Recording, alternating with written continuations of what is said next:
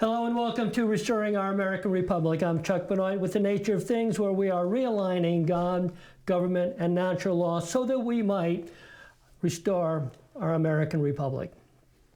If you'd like to take part in the narrative, simply post your comments and we'll be happy to address them when they're relevant to our discussion. Please follow us on Facebook or check us out on YouTube at Restoring Our American Republic -ROAR. And you can help us by be a voice by liking and sharing our program. Please note that we'll be expanding our live stream to other venues very, very soon. So if you've been following along in our three-part series, you'll have come to understand that the biblical worldview of the foundings of our founding fathers produced several positive aspects of our culture. It brought about a balance of liberty and governmental stability. It brought about the free enterprise system and brought about widespread literacy, equality, and individual governmental experience through church governance. So finishing up today on our five positive effects of a biblical worldview would be that a biblical work ethic, which is a help to make a free enterprise work. It gave work a positive value that slavery or coercion could not. It is also how we move from lower class to higher classes of an economic comfort. This doesn't happen in a welfare state, which is designed to keep people in lower class situations, nor does it happen in communist countries where the people are the working class for the benefit of the governing class.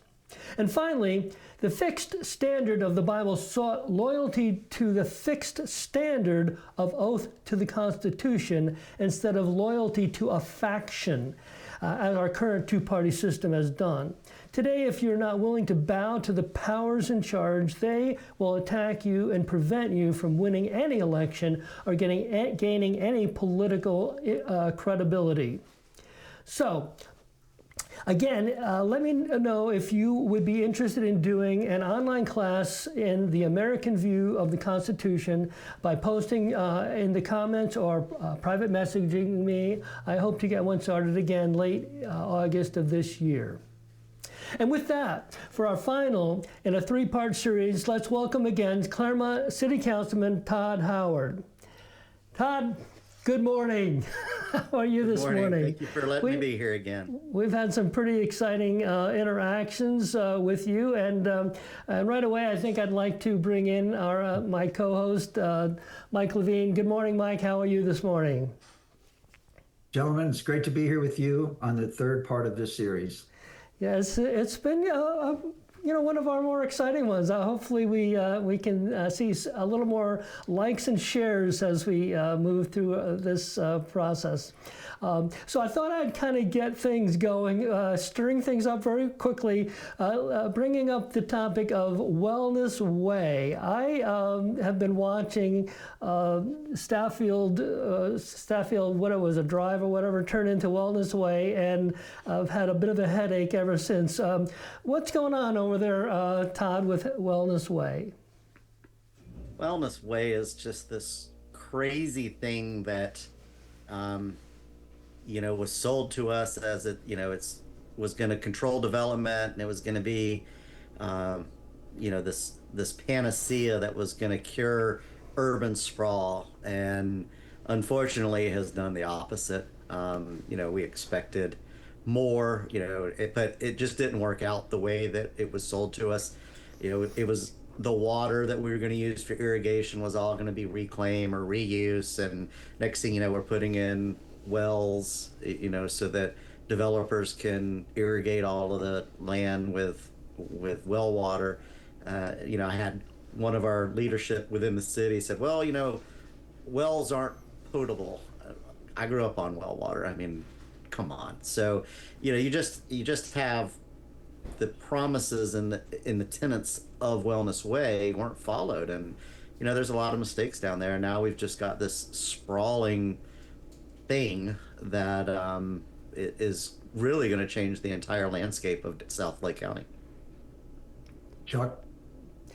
I thought you were getting ready to say something, Mike. I'm sorry. I'll put us all on at that point. Yeah, well, I've heard people complaining about high taxes, and people have actually come to me and said, thought I could do something about it. I said, I'm not even in the city, but can you speak to high taxes over there? The taxes are crazy. So, in order to do this, what they did was they came up with, and I can't come up with a better word than schemes. They came up with all of these schemes to pay for this stuff, which it needed to be paid for that way. But they're just soaking the residents. So there's CDDs, and there's a MSTU, and then they've got county tax, and if we annex it, there's city tax, and so there's all these overlays of taxes. And so there's folks out there just in taxes alone that are paying for a normal house, a $500,000, $400,000, $500,000 house, and that's a normal house in that area. They're paying $12,000 a year just in taxes. I mean, that's hard to swallow. For sure. Unacceptable is the word. Unacceptable is the word. So if you don't mind, Chuck, I'll just tee off on this a little bit. Sure, go ahead. So again, this was I was on the Wellness Way advisory board in the beginning. Of course, they won't let me anywhere near it now. Oh, I'll tell you something. It's crazy because the Wellness Way is a completely different thing than it was originally proposed to be. Am I right, Todd? It is. It's a completely different thing, right? I mean, back then it was going to be holistic businesses and all that stuff, but just keep in mind too. So it's really hard to have this discussion without going back to the beginning, because this is a completely different thing. Absolutely has nothing to do with what it was originally proposed to do. This is going to be a wellness center where people are going to be able to, eat organic food and, minimize disease and all the stuff that we talk. MAHA is a great way to just kind of describe it, kind of like what Kennedy is trying to do with the Department of Health and Human Services at the federal level. This was like the utopia of wellness, is what it was all planned to be, with the landscaping and urbanscaping and all that. And just so everyone knows, Wellness Way is what they call a sector plan. And a sector is 16,000 acres. And the sector plan, Wellness Way, abuts Orange County sector plan, Horizons West. Okay, so now you got two sector plans butted up against each other, only separated by a line, which is the county line. So you've got an enormous project, two projects, both large-scale projects abutting, which makes them enormous. So, and then, anyway, that whole thing is just totally evolved. And don't forget, Todd, that in addition to the $12,000 a household tax, they're also petitioning the state of Florida for a $25 million appropriation to put in that wealth situation that we talked about. Right, Todd? Yep. And that's, I kind of forgot about that part about it. When we think back, we were promised that businesses were gonna start before the residents, and of course now they're like, oh well, we never said that. Well, yeah, you did. And it was going to be high skill, high wage jobs that are focused on the health and wellness. And so there were a lot of promises that were made, and now it's just turned into, oh, we're just going to build a bunch of houses down there, and there's no economic development leader who's bringing in those high skill, high wage jobs, especially in the health and wellness sector. And we're just not seeing that. And it's unfortunate because, that was what we all bought into. Well, let me just say to you, Chuck, if you wouldn't mind, because again, back in the day when this thing was all coming out of the box, I mean, I looked at this and I said, you know what? There's no money in health and wellness. There isn't. Why do you think we don't have more of it? If there was money in it, everybody would do it. But it's hard to get done because there's no money in it. People don't make money off of people being healthy and not going to the doctor. They don't. So there's no money in it. And I saw that right out of the box. So it goes back to the original point that we've got people making these decisions and putting out these proposals of enormous proportion who really have no business skills at all. So this is kind of the big problem with government. People gravitate to government. They want to be on, calling the shots for a city or a county or a state. And these people have no financial integrity at all. So for example, I'll just close up my piece of this little conversation right now with you. I have young people, kids, come to me and say, "Hey, Mr. Levine, I'm going to run for city council." They're 19 years old, literally. And they say, "What advice do you have for me? I want to run for city council." I said, "Well, let me ask you a question. Can you handle a $120 million budget?" If the answer to that question is no, don't run. Todd? Until you've done that, I mean, and I think that's where those of us who have run businesses learn those things. When you get out there and you have to, especially when you start it from scratch. And so that is starting something from scratch is a completely different ball game, and you learn how to do that, and you go through those. This with my Marine world, we started that from scratch, and I didn't take a paycheck on that until my accountant said, "Todd, you have to take a paycheck." And I was Right, like, got it. okay. Yeah. But we reinvested everything for the first 4 years, and I was still putting money in it 4 years in. Yeah. And so it's one of those that people don't understand what it takes to get from point A to point B, and the struggles we do. And the wellness way is indicative of that they just said, okay, well, here's what we're going to do, and now we've got this big thing. And we've heard the county talk about the fact that cities are annexing land and putting more density on it. But for us, the largest city in Lake County, that's absolutely false. The county has greater density than us. So they are approving all of these huge densities and all of these projects and then dropping them in the city's lap. And then we have to deal with it. And it's at a much higher density than we would have approved as a city. And, and they've used our JPA against us, our joint planning agreement. And so really we're at a point now where there's discussions within the city of maybe we just need to look at our interlocal service boundary, which we have an agreement that we service this whole area, but we haven't annexed it. And I think we're going to have a conversation of annexing that to stop the county from imposing their will on the city. I'll chime in on that if you don't mind, Chuck. Sure, go ahead.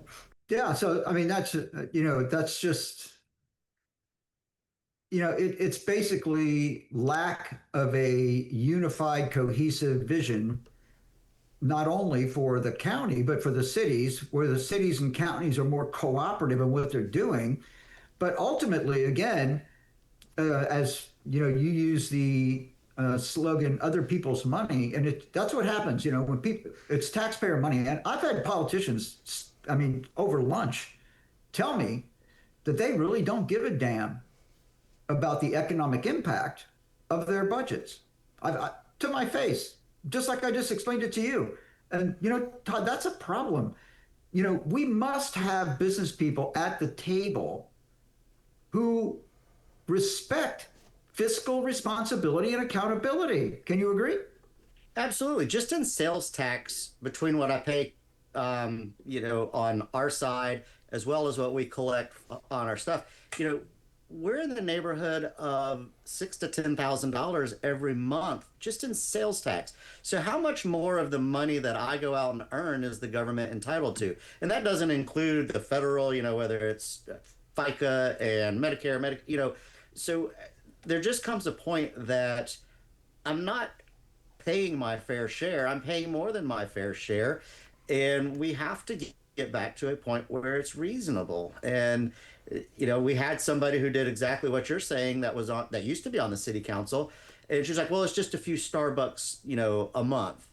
But how much of my money that I earn do you deserve? And that's really, for me, the question is, and I don't think I deserve any of it personally, but yeah, I mean, we still have to be able to run a government. We still have to do all the services and make sure trash runs and we've got water and sewer and we have a clean city. But at the end of the day, we need to do it at a fair price. And, this is where Wellness Way is getting to be a mess. Yeah. So let me. You just opened up a huge can of worms. But let me just say to you, can correct me if I'm wrong. Because listen, I checked with Commissioner Sean Parks last year, and he was. I think he was agreeing with me that the county budget's around 850 million. Do you think that's correct, Todd? In the Yes. ballpark? Yeah. Okay. With the school board budget, another 850 million. Am I right about that? I don't know what it is right now. When I was on in 2010, it was 630 million, so it's gone up from there. No, I'm telling you now, it's 850 million or Okay. more. Okay. So that's 1.7 billion dollars in tax revenue just at the county commission and the school board. And we have 14 cities that are all taxing authorities in Lake County. And then we have other taxing authorities like the North Lake Hospital District, right? And others. So the amount of money being collected is enormous, Todd. And I'd like for you to just, if you have any, comments about that, I'd like for you to go ahead and make them. Well, and that's where it is, because when we start pulling money out of the private sector for the government to use, unless we have a plan for it, unless we are seeding money, unless we're making it, it has to be about economic development, and people need to understand that. We have to have businesses. We talked about this in the first section. Businesses pay the taxes. We want to pull that burden as much as we can off of the residents, and we just lose focus of that, and people don't think about it. But that's also people who have never been in the business world who don't understand that, hey, we want to create jobs, we want to do all of these things, and we just need government really to get out of the way and let us do that and stop taking all of our money. So let me close out this little section by saying that a private sector company who has had the business model of Wellness Way in front of them would walk. They would not buy the land and develop Wellness Way in the same manner that it is being proposed, either originally, which is completely different than what it is now, and they would not move forward financially with the proposed plan that's on the table now. Am I right about that, Todd? And I will not disagree with that. Yeah, a private sector company would look at this thing and say, this dog doesn't hunt. There we go. Well, let's, we talked about high density housing as well. And I guess the county or the state actually is kind of chopped your fingers off with that. Why don't you talk about this? It was a proposed moratorium on high density housing, and what happened to it now? So I've made this proposal multiple times in the past year, and we need to do smart growth, and high density housing is really a drain on our resources. And so I've made a proposal, couldn't get it to pass. And in this past session, the state has really cut us off at the knees. So now we can only do a moratorium on high density for, I believe it's 3 months within a 3-year period. I mean, it's insanity. So, they really have stopped us from doing anything meaningful. They're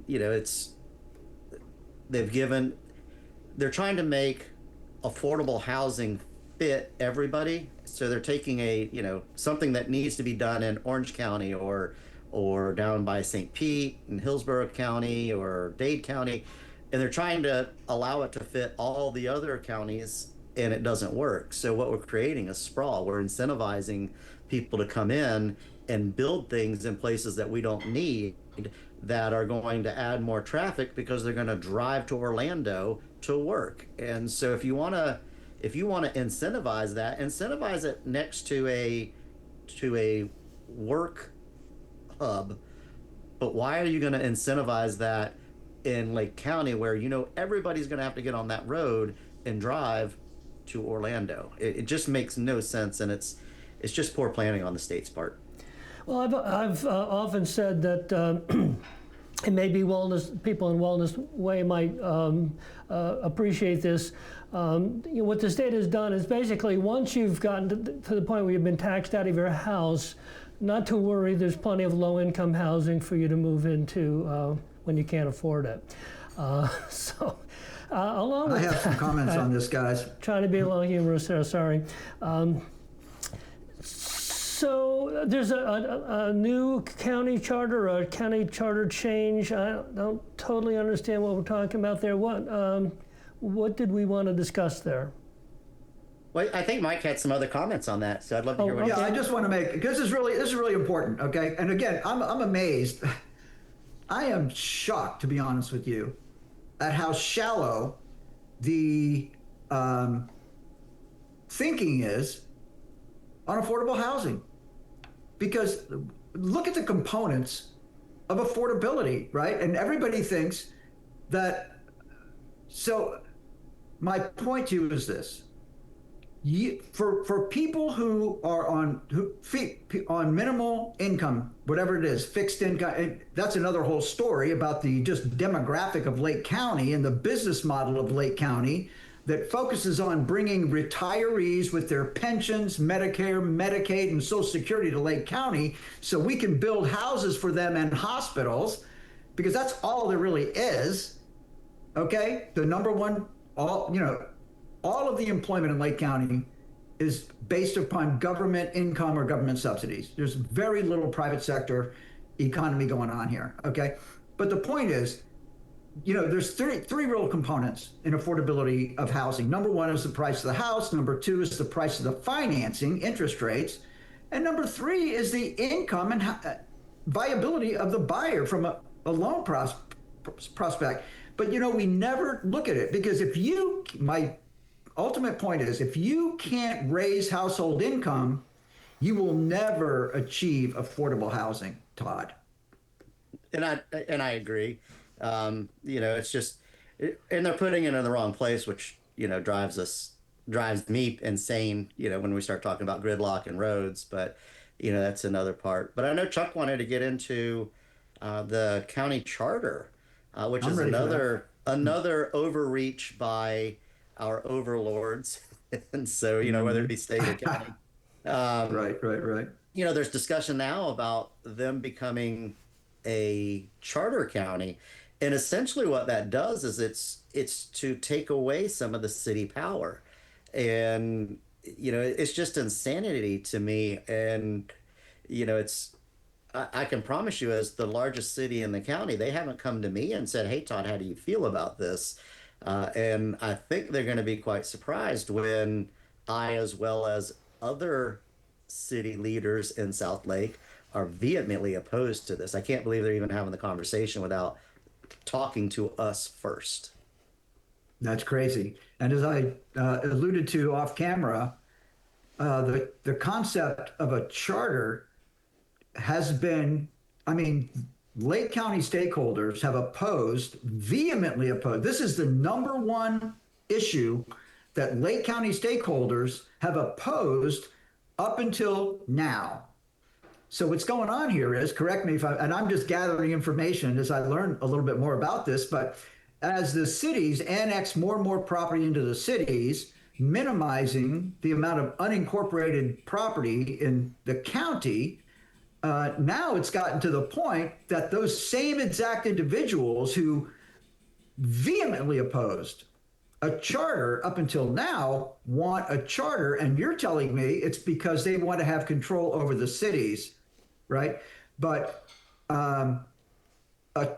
again, I'm thinking, I'm trying to think about how many counties in Florida are chartered compared to unchartered. And I think the majority, I'd say probably 2/3 of the counties in Florida are chartered, and about maybe 1/3 are not chartered. Do you think that's correct, Todd? Do you have any idea? I think it was the opposite of that. I thought it was around 30. So there's 67 counties. I thought it was 30 are chartered, but I don't have the hard numbers.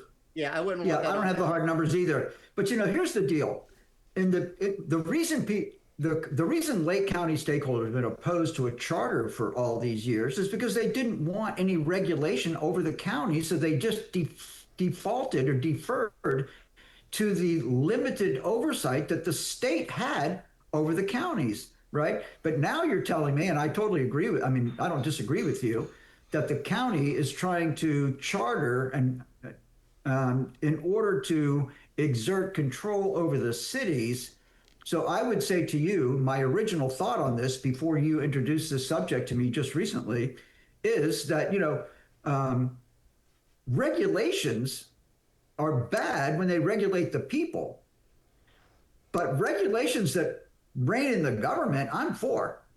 I think we need to regulate the government, not the people. But of course, we have multiple layers of government.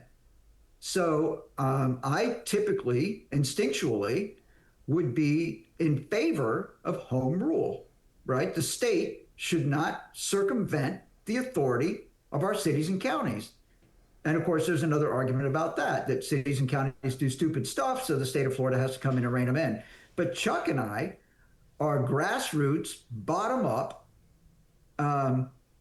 ideologues, because that's what our Constitution of the United States provides. And we think that that's the best form of government in human history, and we like it and we're for it. But so it's really interesting now to see the same stakeholders in Lake County who vehemently opposed a charter embracing it now, Todd. Yeah, it's odd for me, and I think some of the as the growth has started into North Lake, I think now they're starting to get pushback. Where when it was just in South Lake, South Lake's never been the central political hub. North Lake is the central political hub. South Lake Correct. is the tax driver, is the basis of the county from that standpoint. So we generate a lot of the funding, but we've never been at the political table, so to speak. And Correct. so now that growth is starting to get into North Lake, I think they're starting to find, oh, we don't like this. They sold us down the road a long time ago with all of our farmland, and now all of a sudden their farmland's going to go away. So, and I think it was just, oh, well, it's South Lake County, we don't care. And so now we're dealing with that growth. Totally. And then they start looking at North Lake County like, oh, well, now wait a minute, we don't want to lose our farmland. It was okay to do it. Well, not okay to do Can it. I, if you don't mind, Chuck, go ahead, Chuck. I will. I'll let you go in just a second, but our time is running short, and we do have one very important segment to address. So go ahead, Mike. Just on the farmland thing, that's another whole topic that we don't have time to discuss today. But I just want to cap that off by saying it's not necessarily that people are in love with farmland. They just hate high density, multifamily, especially government subsidized housing in their backyard with their money, destroying a lifestyle that generations of Floridians have created and love. And you can get into the farmland thing. I mean, we need to talk about, because we need farming to be a viable industry so that we can feed our population. But that's really not what it's about. It's about farmers, families, and kids don't want to be in the farming business anymore. So farmers want land use amendments so they can exit the farming business at high density land values. And I'll turn that back over to Chuck so he can get us on track. Okay. Well, Todd, I'd just like to finish off with you personally. I know that you were part of a very interesting development. There was a new firehouse, fire station that was getting ready to be built, and you were part of saving $15 million by rehabbing the old one. Why don't you kind of give us a little bit of a history on that? So this is just where governments run amok. So we have a firehouse that could have been redone, but instead the government went out, city government went out, bought a big piece of land in people's backyards and decided they were going to build a $15 million firehouse over there. And so I was opposed to it because these people have been living in their house for more than 10 years. And now we're going to have a firehouse that's going to light up and run sirens at 24/7. I mean, I didn't buy my house next to a fire station because I don't want to listen to that. So these people didn't either. And so this is where the government was just really overreaching. So I started pushing to find another way. Well, it turns out that somebody had already had plans drawn to redo the firehouse, the existing firehouse, to make it bigger and to give the separation between the living area and the fire station where there's carcinogens and all of that stuff. So it makes sense that of why they need the upgrades, but it didn't make sense to spend that kind of money. And so, we're looking at being able to do it for about 3.5 million as opposed to 15 million. And sometimes it just takes digging in and saying, we're not going to do that. It doesn't make sense. But that was the previous administration, previous council, spending other people's money, and they just don't have an issue with it, and I do. And so when we found this, I worked with Rick Van Wagner to get it squashed, and we did, and we're moving in a new direction. It's the right direction. Go ahead, Mike. So, Todd, I just want to drop this on you because I may become useful to you at some point. But, when you look at property rights, there's a phrase in the real estate business called the bundle of rights. You're familiar with that, right? No, I've never heard that. Oh, really? Very interesting. Because when you own property, there is what they call a bundle of rights. And every time we start getting into land use discussions, everybody, especially conservatives, they gravitate to the idea that a man should be able to do whatever he wants to with his property. Okay. So that goes to the right of disposition, right? And that's what we're talking about right now. When you want to take agricultural land and dispose of it, sell it to a developer, you want the highest financially performing land use you can get, right? So that's the right of disposition, okay? Right. And there are many other rights in the bundle, but the right I want to talk about right now is called quiet enjoyment. So included in the bundle of rights is the right of the quiet enjoyment of your property. And I bring this up because you're talking about the noise factor of living next to a fire station, okay? And that is an infringement on a property owner's right to quiet enjoyment. Now I'm going to talk about another thing. Well, we're running short on time, Mike. So legal premise called first in time, first in right.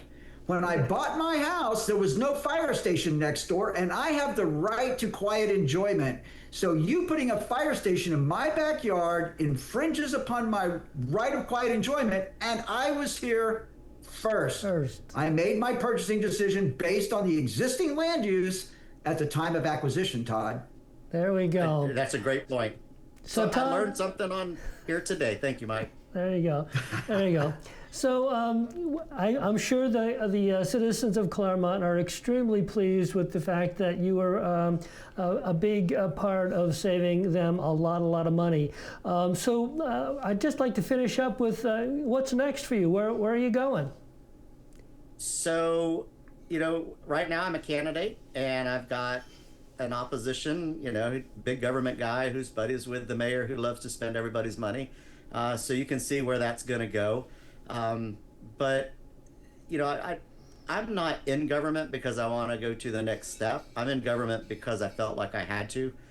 It was a mandate for me to come in and fix the problems I saw, and I'm ready to go back to my life. So, there's a few things I need to complete. So if I'm fortunate enough to win this time, I'll go in and I'll finish what I started, and then I'm out. I mean, so if I win, then I have one more term. If I don't win, then I'm done then, no matter what. But, it's for me, I believe that we need to go in, fix the things, lend our expertise, and then pass it off in better shape to the next person. And so I'm ready to do that. And, hopefully the voters will bring me back for 2 more years, and then I can go down my merry way and enjoy my boats.